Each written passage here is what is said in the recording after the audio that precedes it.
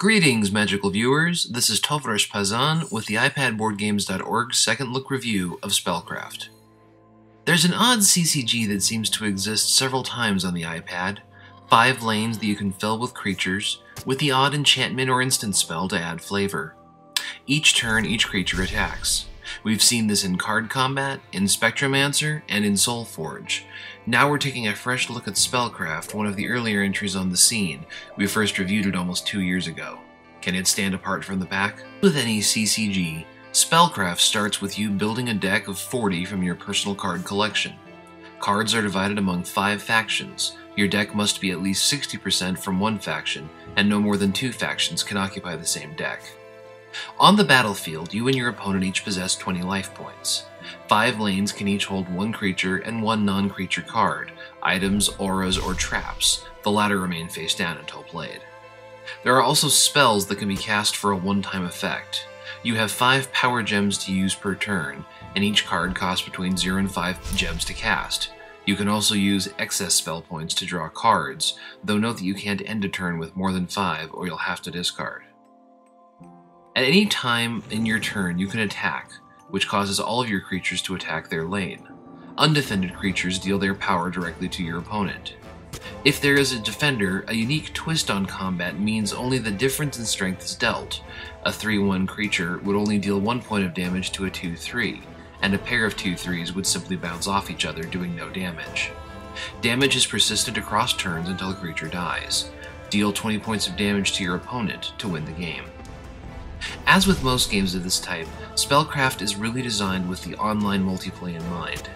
A single-player campaign exists, but little emphasis is placed on story.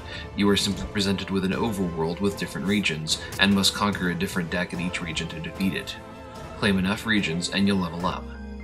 Online play happens via a custom lobby. You can chat globally with any players who care to talk, and you can queue up for an online game while playing solo against the AI until an opponent appears. Note that there is no skill matching in play here. We were matched randomly both against another newbie like ourselves and against a level 343 Grandmaster whose deck consisted solely of rare cards that crushed us handily. Some form of elo system or other skill matching scheme would be most welcome. While it is possible to earn cards solely via play, it will be a long grind. The average victory awards 6 to 8 gold. A booster of 10 cards costs 100 gold. Since each deck needs at least 24 cards of one faction, it will require a minimum of 3 boosters just to make a deck, and more if you want cards that are good. $1 gets you 200 gold, so a deck basically costs $2, or 10 to 12 if you want a few rares, as you only get 1 per 10 cards purchased.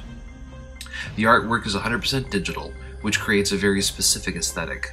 It will appeal to some, offend others, and probably not bother most.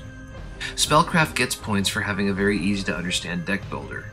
Touch a gem to the side to pull up the factions, and all cards you have for that faction are highlighted with a quantity on the bottom. All of the first 3 columns must be the same faction. You can mix or match with a second in the last 2. Spellcraft is a difficult game to review and play, unless you're willing to invest $15 to $20 from the start to be competitive.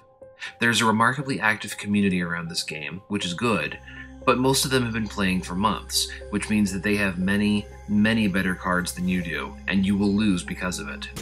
This is frustrating because the game offers some actually unique twists on the 5-lane card battle formula. A low-cost starter kit with numerous rares, more generous solo options, or some form of opponent matching so that you don't get continually destroyed by long-standing veterans would go a long way toward making this game easy to recommend. It's still worth the free download, but be prepared to do nothing more than joust with the AI until you pay up.